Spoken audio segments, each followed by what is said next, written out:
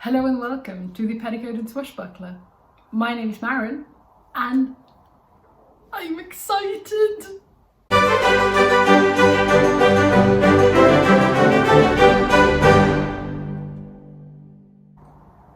So, one of the reasons why I'm excited is that I'm finally ready to make some proper outer garments.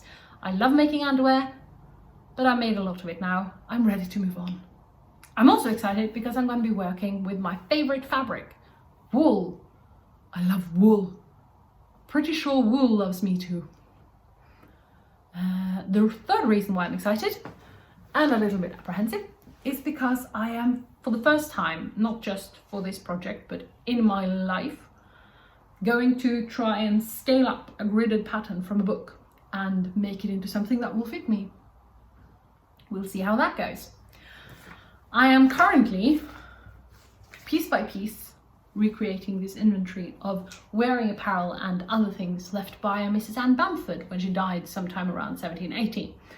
And it does list a lot of fancy clothing, a lot of nightgowns, which is not something you sleep in, by the way. It's more like a party dress or something you'd wear for the evening or for a ball. Think like a cocktail dress. But it does list a few more sort of everyday wear items. For example, one white cloth jacket and petticoat. Now, so that's what I'm going to be making. Now, as far as I know, cloth in the 18th century was usually meant wool.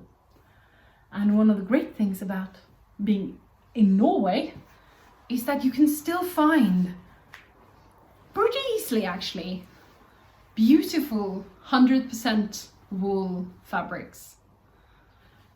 This, I will link it down below. I have no idea if they ship abroad, but this is actually known as English cloth. That's what it's called, this weave in Norwegian. And look, it's so soft and shiny. It's gonna make a beautiful jacket and petticoat, hopefully. Now, there are several kinds of jackets in the period. You have what's called a pet à laine, which is basically like sackback gown or a robe à la française, just short, you know, like mid-thigh length, complete with the back pleats as well. I want to make one of those, but wool seems like a weird choice for that, so I'm not going to make it out of wool. And the same goes for what's called a Brunswick jacket, which is almost like a pet à laine, just with a hood, and it's usually got a lot of trims and buttons and detailing in the front. That I don't think those would have been made out of wool either. What was frequently made out of wool was riding habits. I don't think this white jacket and petticoat is a riding habit. I think it would have been called a riding habit in the inventory. If it had been, it would have been listed as a redingote. And also redingotes were usually blue or green, or I think sometimes red for women. Anyone who's been around horses know that white is not a great colour. Horses and riding is a fairly mucky activity. You do not want to be wearing white wool on a horse unless you have the best laundress in the world at hand when you get home. So I don't think it's a redingote. I do have this beautiful book, Patterns of Fashion 1, would recommend it, which lists several different jackets. Quite a lot of them are called undress, listed as undress. That does not mean that you were undressed. It just means something not very fancy. Basically what we've all been wearing during lockdown, tattered sweatpants, an old dress with holes in the pockets, pants with no elastic left in the waistband, that sort of thing. I want my jacket to be something that would have been worn out and about, so not undress. And I've landed on, finally, this one right here. Isn't it beautiful? It's from the Snowshill Manor collection, which means it's English, which is great. Mrs. Bamford was English. I want to use English sources where I can. And it's from between 1745 and 1760, which is perfect for my period. A little early, but that's fine. And I think it's really cute. It's got this nice little hood, it's got the beautiful flounces on the sleeves, and this really interesting false front part, which makes it almost look like you're wearing a waistcoat underneath. Now, the original was made in quilted silk, both the jacket and the petticoat. I'm not going to be making mine out of quilted anything, because it would take me so much time. But apart from that, I think it'll look nice in just plain white cloth. Now, there are several reasons why I chose this, not just because it looks nice and it's from the right place and the right time, but also because I've never done this sort of pattern scaling before and I need all the help I can get. And this jacket is mentioned in another book I have, Costume in Detail, another beautiful, great book I would recommend. And it has details on the jacket as well, but different kinds of details. It's more about who wore it, how does it look inside, that sort of thing. And according to this book, it was made for a stout woman of medium height. Now, if I'd lived in the 18th century, I would probably have been called a stout woman of maximum height. I am a lot taller than your usual 18th century lady, but as far as I can tell, the waist measurements of the original jacket is not that far from my own. So I thought, by recreating this jacket, I might not have to worry too much about the scaling up and scaling down of the garment. I might just have to worry about scaling it up into, life size, and not just tiny little pictures in a book. I have already started on the pattern, which looks like this, and I've drawn out as well as I could the pieces. This is the false front. It's going to be worn there approximately. I've used the exact same method as Morgan Donna did when she made the pattern for her Herjolfsnes dress, and I will link that video down below if you don't follow her, but you should, because she's awesome. And I will not show you what I did, because I literally did the exact same thing, just a lot less elegant, sprawling on the floor. I even ran into the same problem that she did, just mirrored, because my pattern paper is gridded in centimeters, while the pattern is in inches.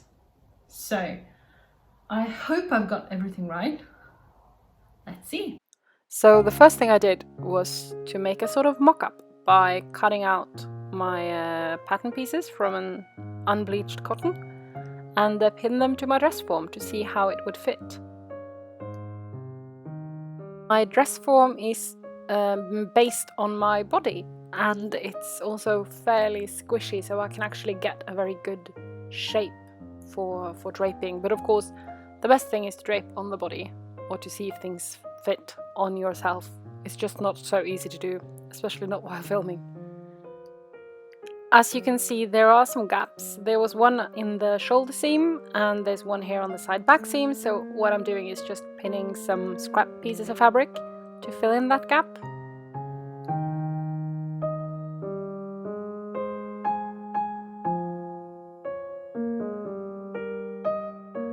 I then went in with a pen and marked where I wanted the waistline to go.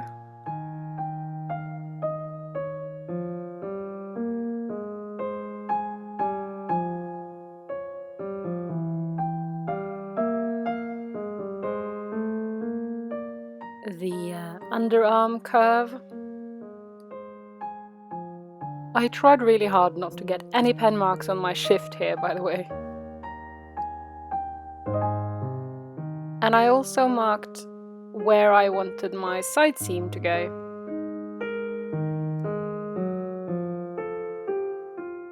Making those alterations, I made some new mock-up pieces. Now, as you'll see, I'm only making a mock-up for my lining, and there's a reason for this. I don't know, but I think in the 18th century fabric was so expensive, people would not want to make you know, tons and tons of mock-ups using fancy, expensive fabric. So if the lining fits, the rest of the garment will fit. And the only thing that's not mock-upped is the skirts of the jacket, and also the lapels, and that's elements that's fairly simple to adjust directly on my fashion fabric. So we'll see how that theory goes. Here I'm adding some more fabric to the back of the jacket because I thought it was cut a bit too low for it to look nice with a hood on. Again, I did the same thing with the sleeves. I added some, a lot of extra seam allowance to the sleeves because I knew they'd be too small for me. So on the third try, I had a mock-up of my lining that I was fairly happy with, and I could actually have used this cotton mock-up here just as the lining, but the original jacket was lined in linen, and I really wanted to line my jacket in linen as well. So when I'd fit this on the dress form and also on myself, I went ahead and cut my pieces, my lining pieces, out of linen.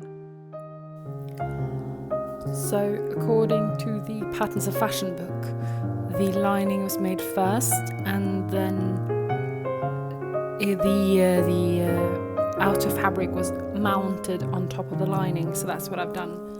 I've just backstitched the lining pieces together, and the original had boning.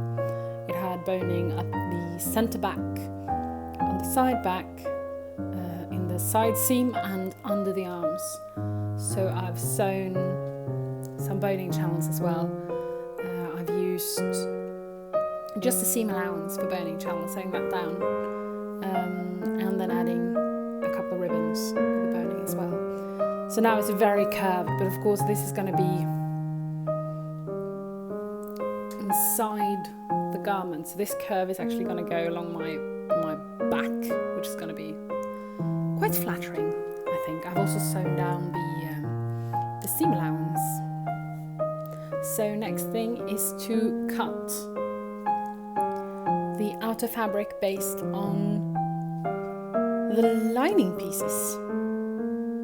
So these are the bodice pieces. I've drawn around the lining pieces here and just added the skirts based on the pattern. This is going to be pleated in to give it that extra width that I'm going to need over the hips. So that's the back piece. This is the front piece. I've added the skirt here as well. Also it's going to be sewn to the back piece and also pleated in. And then I've added a little extra space here. It was done on the original as well, and this too is going to be pleated in, and it'll create extra room, extra fabric over the hips. And I've also added the lapels. You can see here I struggled quite a lot to get them right because the original was it was sort of rounded and then it went straight down.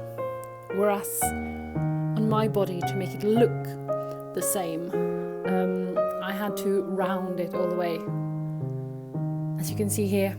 And I debated with myself for a while, but I ended up deciding to go for the right look and not for, just plainly copying the extant garment.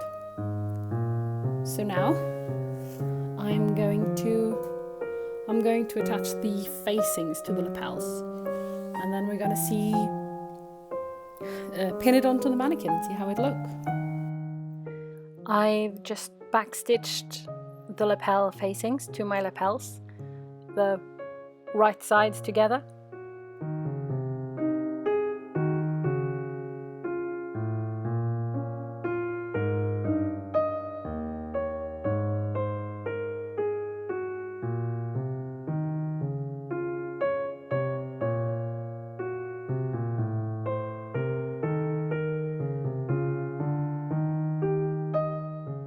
I then cut into the corners and also cut away some of my seam allowance to avoid the lapels getting very bulky and not very neat.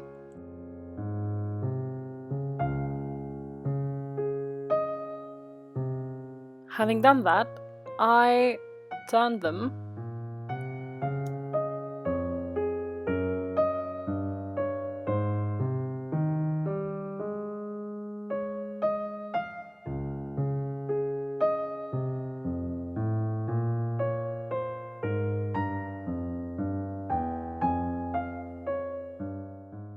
and then prick stitched the facing to the lapels along where I'd stitched them together, just to make sure that they'd stay together and look very flat and neat and fine. And here's the finished lapel, in need of a press, but this is the outside that's going to be seen, and this is the inside.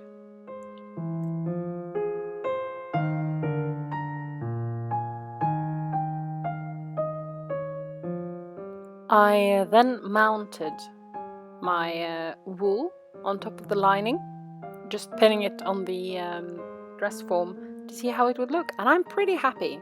The back looks amazing, I'm super happy with this, and the skirts are very pretty and there's a lot of width back here. I'm also very happy with the lapels and the fronts, but I'm a bit uncertain about the sides. The original had only one pleat, but I'm not so sure that's gonna look good on me. And also it looks like this skirt is going to be a little too narrow, actually. It kind of stretches over the hoop. I played around with 2 pleats under the arm instead of 1, and I like that a lot better, but there's still the problem of the skirts being too tight. So I think what I'll have to do is I'll have to cut it open and insert a gore. A triangle gore. It's not on the original, but it's a very period way of solving a problem, and I think it could look nice. So I've cut some gores. We'll put them in later. I think that could work. Also, please excuse the top right corner. I had just disinfected my phone when I shot this, and apparently there's like a drop still there.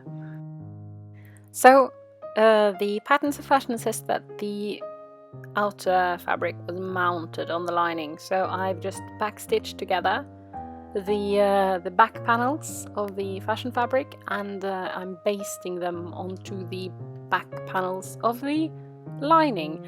And then I took the front fashion fabric. I've folded under the raw edges of the shoulder and the side back seam, pinning that in place through my front fashion fabric, the back fashion fabric, and the lining layer as well. And then prick stitching through all those layers, so that's the folded under front fashion fabric, the back fashion fabric, and the lining layer, just to keep everything in place.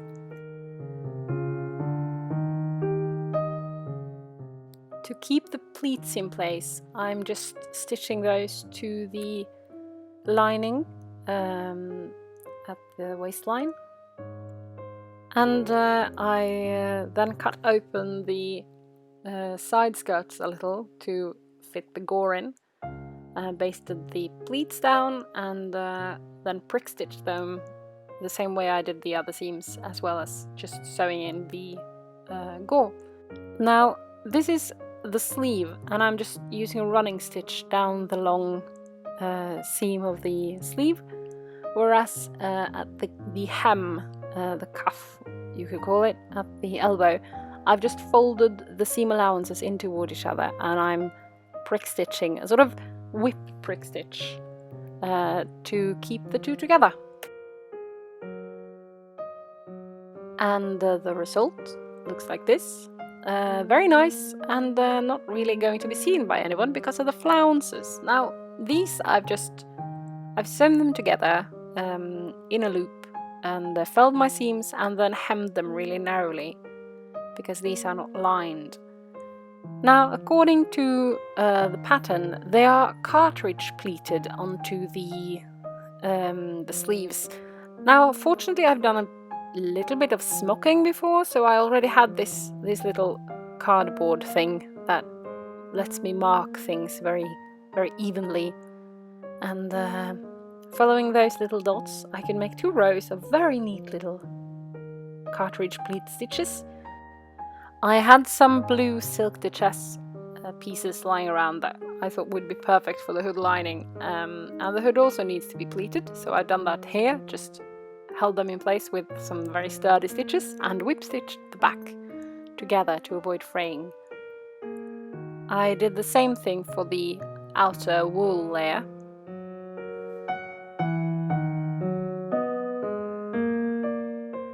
And here you can see the beautiful fan shape that those pleats make on the lining and the hood.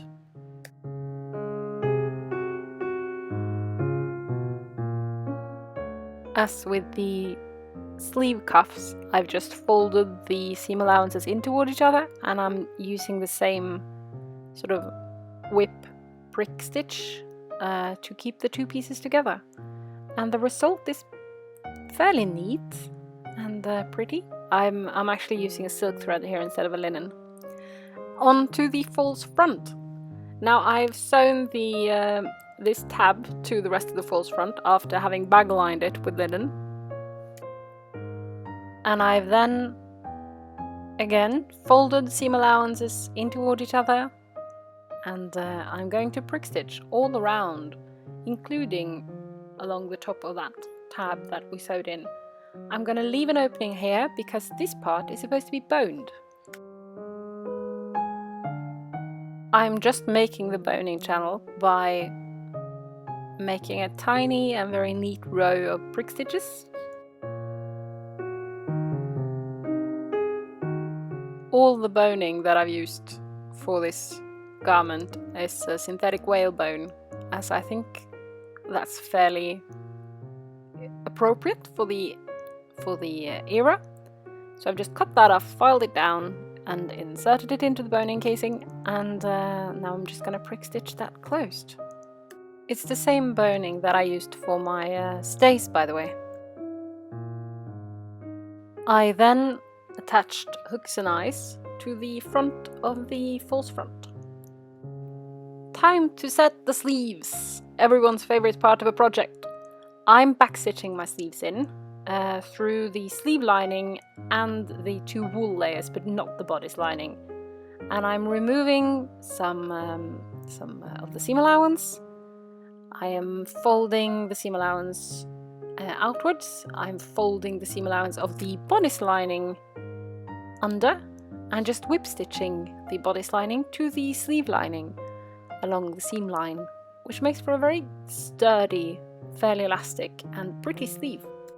Now, the hood was supposed to be sewn onto a neckband that again was supposed to be sewn onto the garment, and I didn't really understand how, so I ended up doing it like this. I whip stitched each part to the neckband, and then when I'd done that, I folded up the whip stitching up onto the sleeve band, so to speak, and hem stitched it down to make it flatter. In the end, I wasn't super happy with this, and I ended up covering the seam where the blue silk meets the white wool of the neckband. But otherwise, it's fairly neat. Now the only thing that remains is to attach the false front to my jacket, and I figured out the easiest way to do this was by pinning my false front to my stays where I wanted it to be, then put my jacket on top of it and pin the jacket to the false front. When I opened the false front and removed the pins that fastened it to my stays, I could attach the false front to the inside of the jacket where it was supposed to go.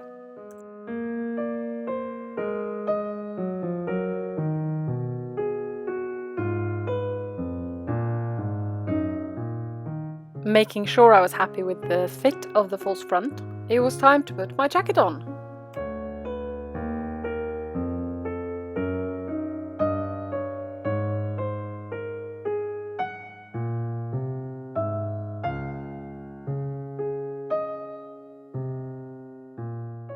the reason why I'm pulling it forward like this is to make sure that I don't have like a lot of air between my back and the jacket. I have a fairly sway back, so that happens a lot. Now, as I was pinning my jacket to my false front, I was already discovering some parts of this jacket that would need fixing. I was not very happy with where the blue lining of the hood meets the white wool of the neckband, so I decided to place a ribbon over that. I also decided to sew down my lapels to make sure they sat where I wanted them to be. And can you see the sleeves look a bit funky? It's like the flounces are too far towards the underside of my arms, and there's too much fabric at the back of my shoulder. Yeah, turns out I had not done a good job attaching the sleeves. I had turned them around so that all the fullness that was supposed to go on top of my shoulder instead landed like at the back of my shoulder. The hood is also a bit small, but this is not an era of massive hairdos, so that's fine. So after sewing the false front to my jacket, removing and redoing the sleeves and fixing the hood, I was ready to take my new outfit for a stroll. And as I am so lucky as to have an 18th century fortress in my neighborhood, where better to go for a walk in my fancy new outfit.